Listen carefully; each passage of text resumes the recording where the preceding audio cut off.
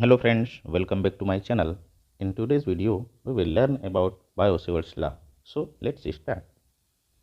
Friends, जैसा कि हम सभी जानते हैं कि डेनमार्क के साइंटिस्ट ओर्स्टेड ने पता लगाया था कि यदि किसी कंडक्टर पे करंट फ्लो किया जाए तो उसके आसपास मैग्नेटिक फील्ड प्रोड्यूस हो जाता है।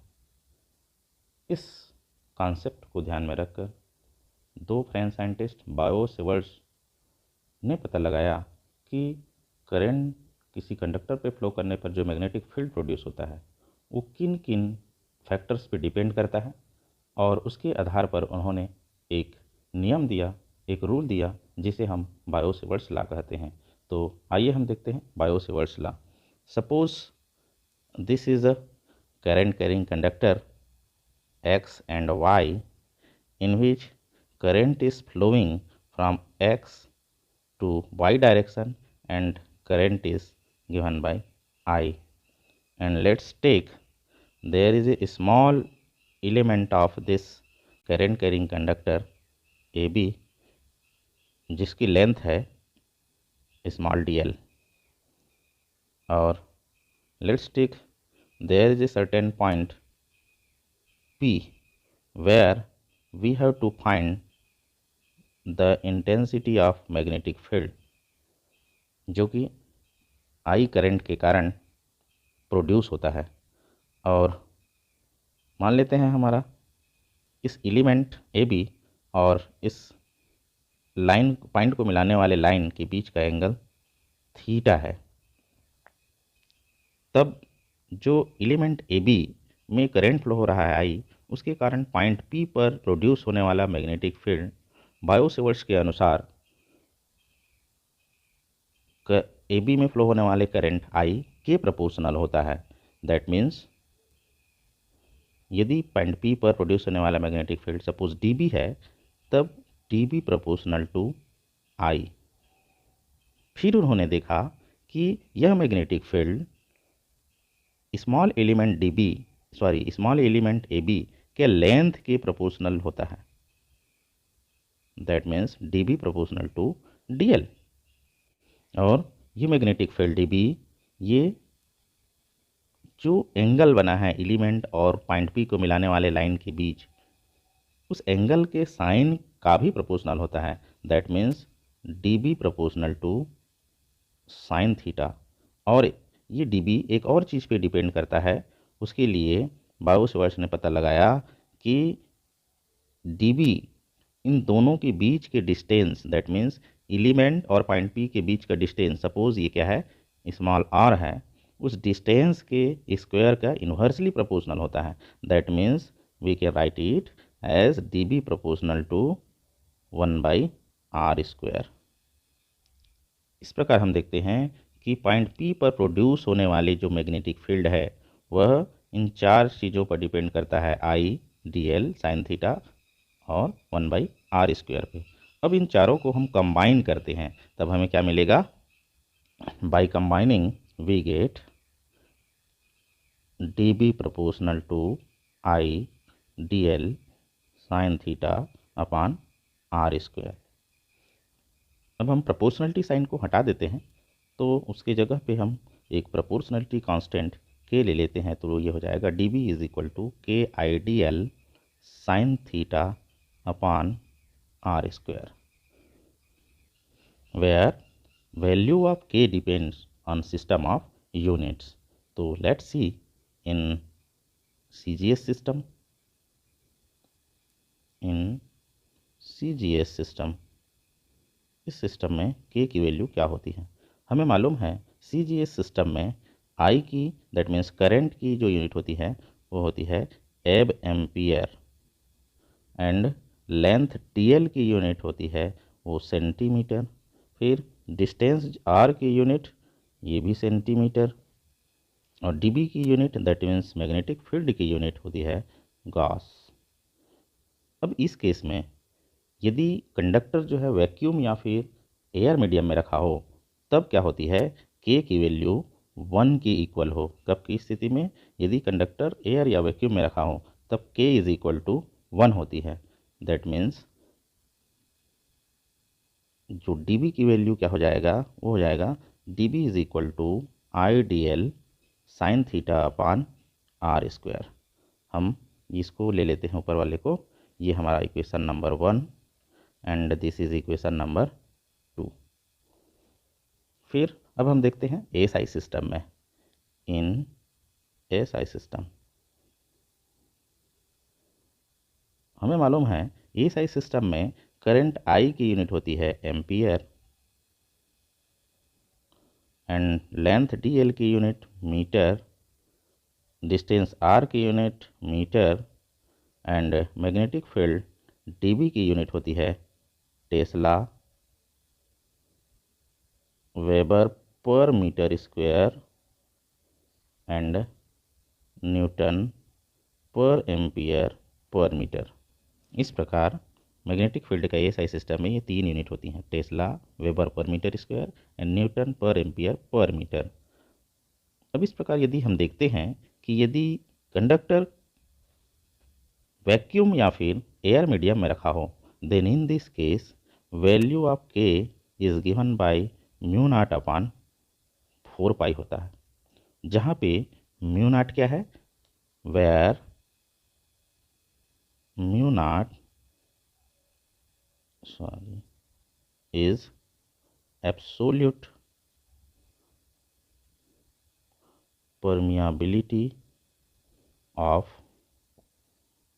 free space या फिर वैक्यूम या air and its value is given by, इसकी वैल्यू किसकी इक्वल होता है, इसकी वैल्यू इक्वल होती है mu naught is equal to 4 pi into 10 to the power of -7 newton per ampere square की इक्वल होती है। Then magnetic field produced at point P is given by dB is equal to mu naught upon 4 pi I D L sine theta upon are square. Let's take this is equation number 3। अब यदि conductor को air या free space में रखने के बजाय या vacuum में रखने के बजाय किसी मीडियम पे रख लेते हैं, तब dB की वैल्यू क्या होगी या फिर कांस्टेंट k की वैल्यू क्या होगी। Let's see, when conductor is in a medium then k is given by mu upon 4 pi, जहाँ पे म्यू क्या है, where mu is called absolute permeability of the medium, और इसकी वैल्यू किसके इक्वल होता है, where mu is equal to mu naught mu r. Mu की वैल्यू जो है म्यू नॉट म्यू आर के इक्वल होता है, where mu r is what, mu R क्या है, that is relative permeability of the medium, उस मीडियम का रिलेटिव परमिएबिलिटी होती है। अब म्यू यदि हम मीडियम में रखें कंडक्टर को, तो जो मैग्नेटिक फील्ड है उसको अब हम क्या लिखेंगे, उसको लिखेंगे dB is equal to mu naught mu r upon 4 pi I D L sine theta upon are square, या in terms of mu we can write it as mu upon 4 pi I D L sine theta upon are square.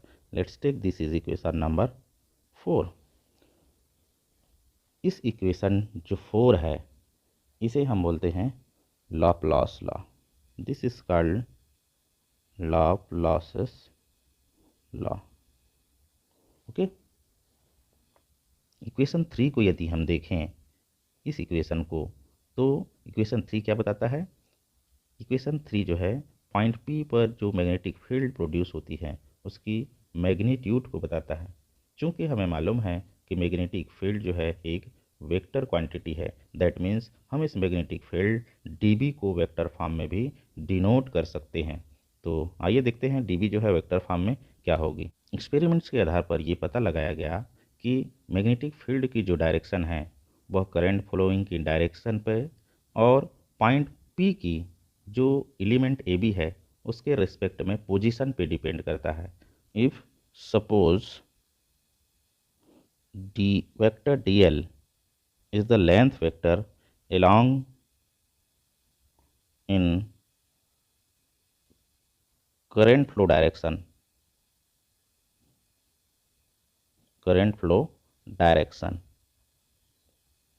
it is what length vector in current flow direction and point P का element के respect में position vector suppose R vector हो, that means R is position vector of point P, then experiment से पता लगाया गया कि magnetic field की डायरेक्शन dl और r जिस प्लेन में है उस प्लेन के नॉर्मल होती है। That means the direction of magnetic field db is normal to the plane containing vector dl and vector r। इस प्रकार यदि इसको हम वेक्टर फॉर्म में डिनोट करें then we can write it as vector db is equal to mu naught upon 4 pi into I vector dl cross vector r upon r cube, या इसी को हम और इस प्रकार लिख सकते हैं म्यू नॉट अपॉन 4 पाई आई dl vector cross r cap upon r square, जहाँ पे r कैप क्या है, यूनिट वेक्टर है। This is vector db and this equation number 5 is called Biot-Savart's law।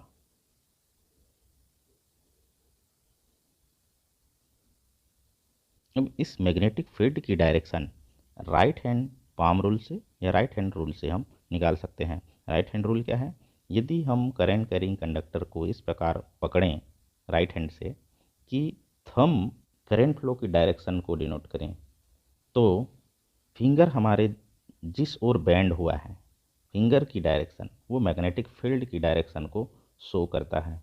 यदि हम इस केस में देखें तो मैग्नेटिक फील्ड की डायरेक्शन पॉइंट P पर इस प्लेन के परपेंडिकुलर या नॉर्मल डाउनवर्ड डायरेक्शन में होगी और इस डाउनवर्ड डायरेक्शन को फिगर में क्रॉस से हम डिनोट करते हैं।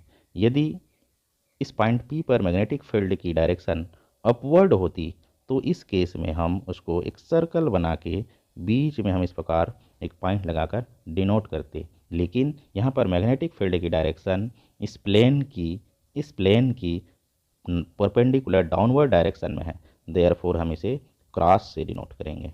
अब यदि हम इस current carrying conductor X Y के कारण पॉइंट P पर मैग्नेटिक फील्ड निकालें तो इस पूरे करंट कैरिंग कंडक्टर को ऐसे ही छोटे छोटे स्मॉल एलिमेंट में डिवाइड कर लेंगे। फिर उसके बाद सभी एलिमेंट्स के कारण पॉइंट P पर प्रोड्यूस होने वाले मैग्नेटिक फील्ड सेपरेटली प्राप्त करके उनका वेक्टर सम प्राप्त कर लेंगे और वही वेक्टर सम इस current carrying conductor X Y के कारण पॉइंट P पर प्रोड्यूस मैग्नेटिक फील्ड होगी।